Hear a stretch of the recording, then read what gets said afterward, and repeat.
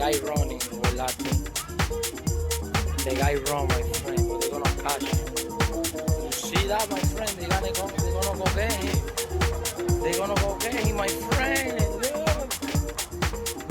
What's up, fam? It's your boy Demuir here, purveyor of all sounds underground. Thank you for joining Crystal and I on this YouTube Thursday, where I will be talking about how I handle vocals in tracks. But before we dive into the details, what I need you to do is to hit that subscribe button. And if you do like the video, please hit like and comment. And as well, never forget to hit the notifications bell so you can stay in tune with any new and upcoming videos that we have. Much thanks and love. Peace.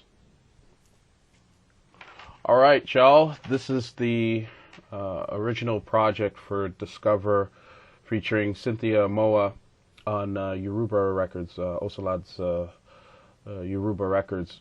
I really enjoyed doing this song, and I think this is the perfect tutorial to talk about how I handle vocals. And the first and foremost thing is, before we even jump into what we do here on the DAW, is specific to the fact that I record vocals at a professional studio. I don't do it here in my studio, just because I think capturing the right performance is important. And I mean, I'm sure I can get away with some things in here, but I prefer to record at a professional studio, and that studio is Metalworks. You know, Prince and Drake have recorded there. It's just down the street from me, so it was easier to do. So I'm going to give you a listen to the vocal and then jump into the specific techniques I used. So here we go.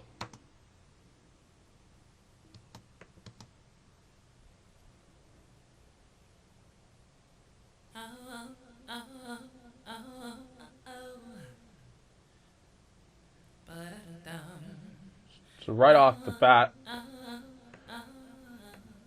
one of the first things I did with Cynthia's vocal here is I kept these ad-libs, but if, you know, we zoom in a bit more, I don't know if you can see it, detail, you'll notice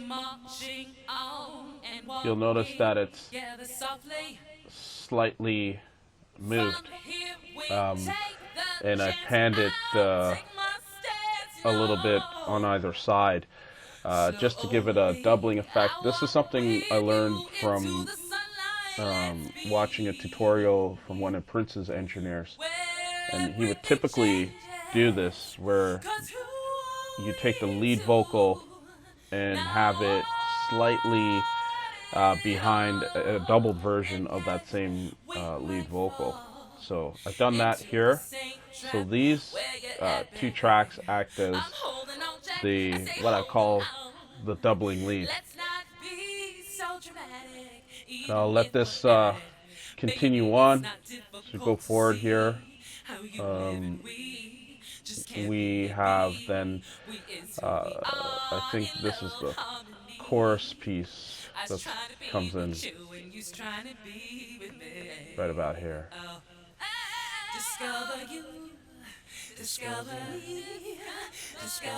Oh, I'm actually in the mix too. Shit. A little bit low, but I'm in the mix just to add a lower part or harmony to the vocal. Just, you know, I'm very much a texture person when it comes to vocals, and even certain levels of instrumentation. So let's go back here. I'll show you what I've used here. I always use the Neve 33609 compressor on vocals, and selected a preset, or I might have adjusted this actually just slightly. It's called Warm, and it just brings about a nice, you know, glued together format when it comes to vocals. And you'll understand that this is important when I play this vocal against the bass line I played right here.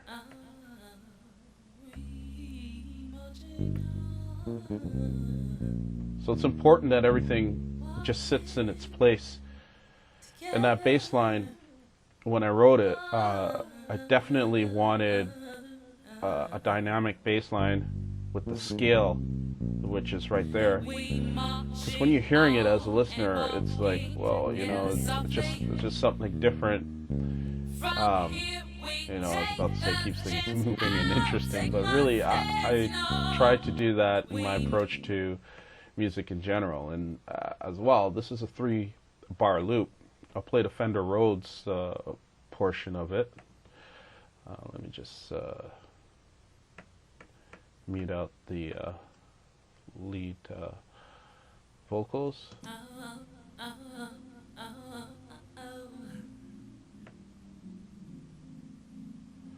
You can hear it's kind of in a filter mode here.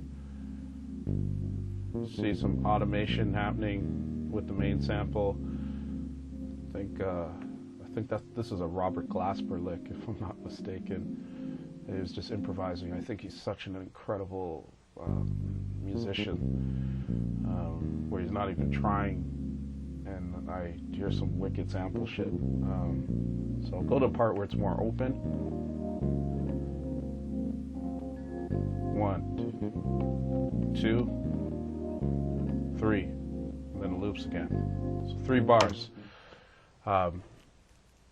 There's just so much to say about this song and how it came together and where Cynthia took it, the complexity in the bass line, the 3-bar loop for uniqueness and soulful house music. And the other thing I'll say about this particular track with the vocal wise is the Neve pretty much did everything for me, but I also have some automation parts in here because I just wanted to keep things natural. So let's have a listen to this, where there's a lot of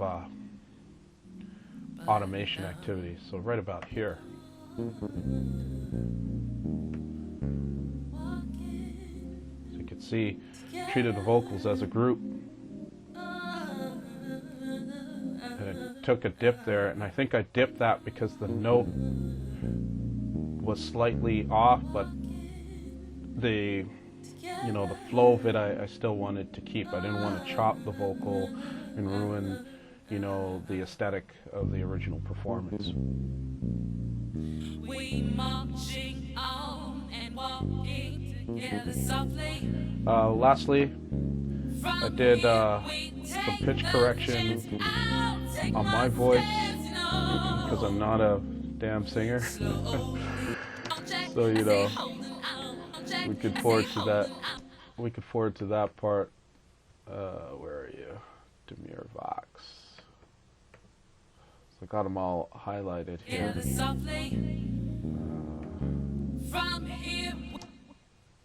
forward over here.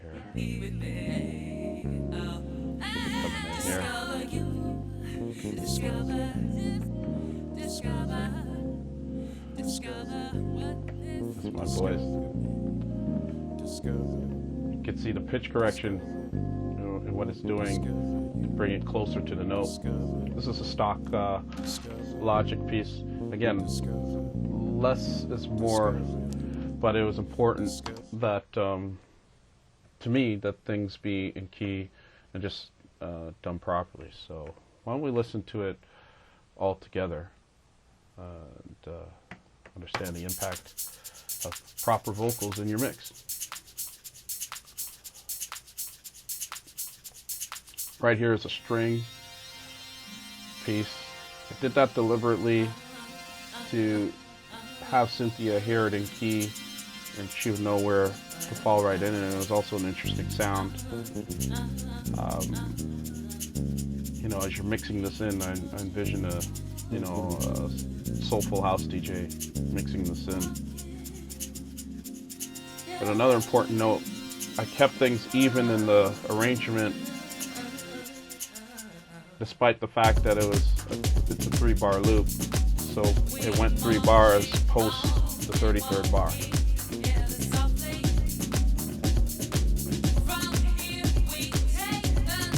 I'll break this down a bit. I got a lot of Afro-Latin sounds. That one.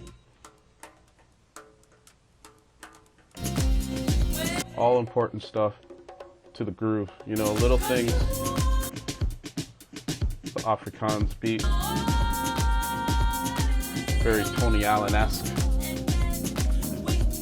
And then these are just other individual parts I played from machine. I always have my drums down here. Vocals are usually in the middle. Samples, be it drums or loops, are usually up here. I did a little different here because I have to chop the sample and play it in a way that aligned to the 3 bars nicely. And there you have it. The last piece I just added a lead in here to the chorus.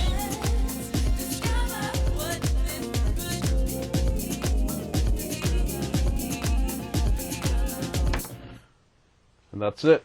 Thanks for joining this one. Much love. Bless. Alright, so there you have it. Thanks for joining me again on this YouTube Thursday.